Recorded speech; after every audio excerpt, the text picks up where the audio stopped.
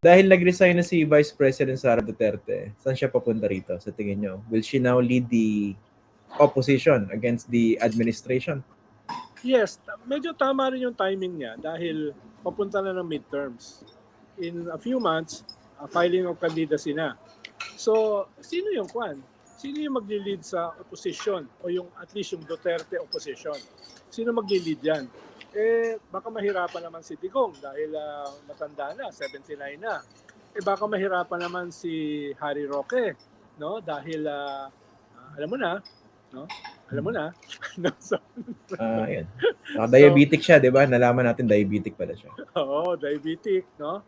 At kinakailangan niya ng nurse para alalayan siya sa campaign. So, baka yung the best talaga ay si Sara na yung mag-lead. At hindi naman siya nag-resign as Vice President eh. So, meron pa siyang entablado as a VP. Bagamat wala na siyang intelligence at saka confidential fund. No? Kaya, baka okay na rin yung timing para kay Sara at para sa Duterte opposition. Parang ano yan, no? Niya. Naging malinaw, the lines are drawn, no? Pero isa sa iniisip ko dyan, pwede mas ma-embolden yung administration to use its resources against her and her office. Pwede yun, di ba? On the other hand naman, pwedeng mas lumakas din si Sara Duterte. So magkakaalaman dito kung kaninong political base ba yung mas malakas, di ba? Tama ba? Dahil malinaw na eh. Let's talk about that, political base. Yes, dahil yung formal base ng PDP at saka ng Hugpong paubos dahil na sususpend o natatanggal sa posisyon yung ilang mga key local government leaders nila. Like si Mike Rama sa Cebu City, napaka-crucial niyan, no? Yung Cebu City.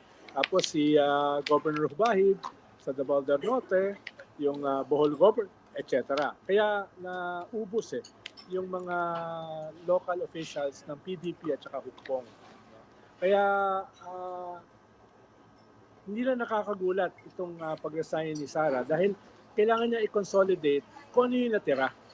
Kung ano yung natira sa kanilang base. Baka tuluyang maubos So ngayon ba, sino mas nakakalamang in terms of political base? Si Marcos ba o yung mga Duterte?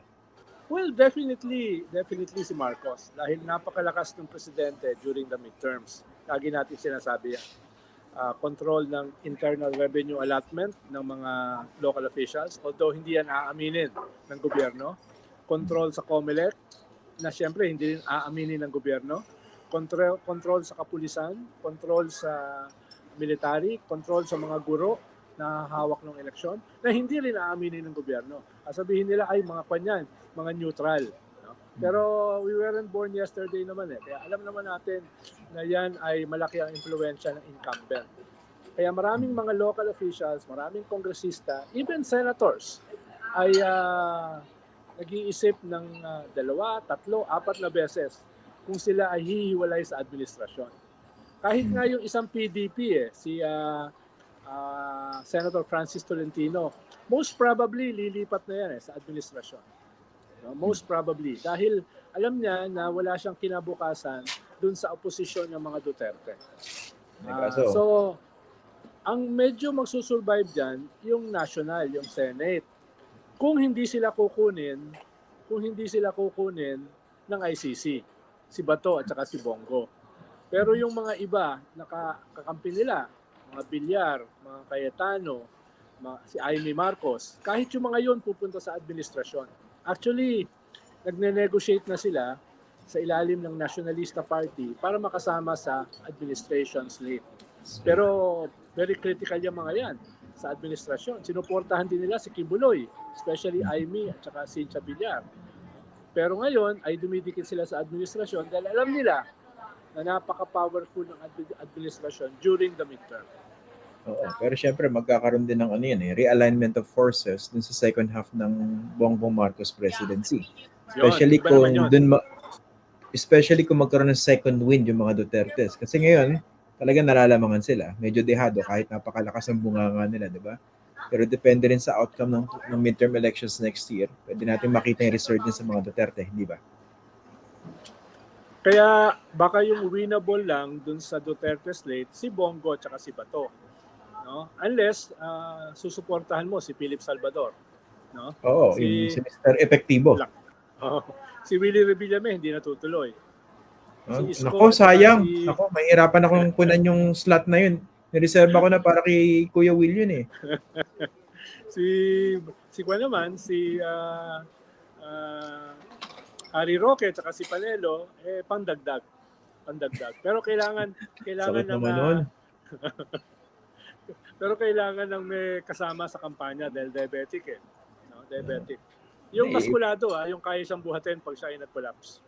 Importante. Teka nga pala, sa biyahe nyo, meron ba kayong kasama dyan? Baka...